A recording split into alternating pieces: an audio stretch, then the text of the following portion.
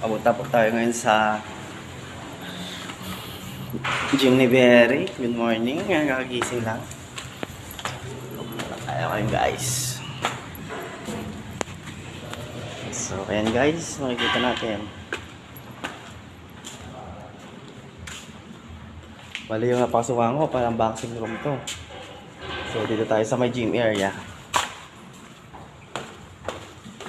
Ayan, makikita natin. Sa mga magpupractice ako pala na muscle dyan. Ito si Bobby. For the go. Yan guys.